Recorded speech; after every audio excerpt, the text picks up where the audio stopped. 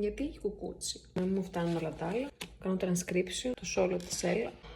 Κάτσε Έλληνα τώρα να κάνεις. Κουράστηκα. Και είναι και αυτό το σπιράλι εδώ πέρα που δεν βολεύει. Το χέρι μου δεν χωράει. Πώς θα γίνει.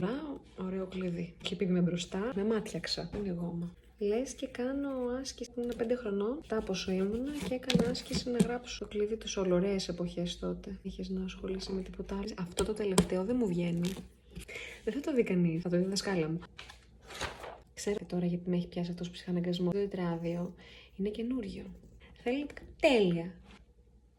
Ασχολείται κανείς? Όχι. Κοιμάμαι εγώ το βράδυ ήσυχη? Όχι. Μη φεύγεις από την γραμμούλα.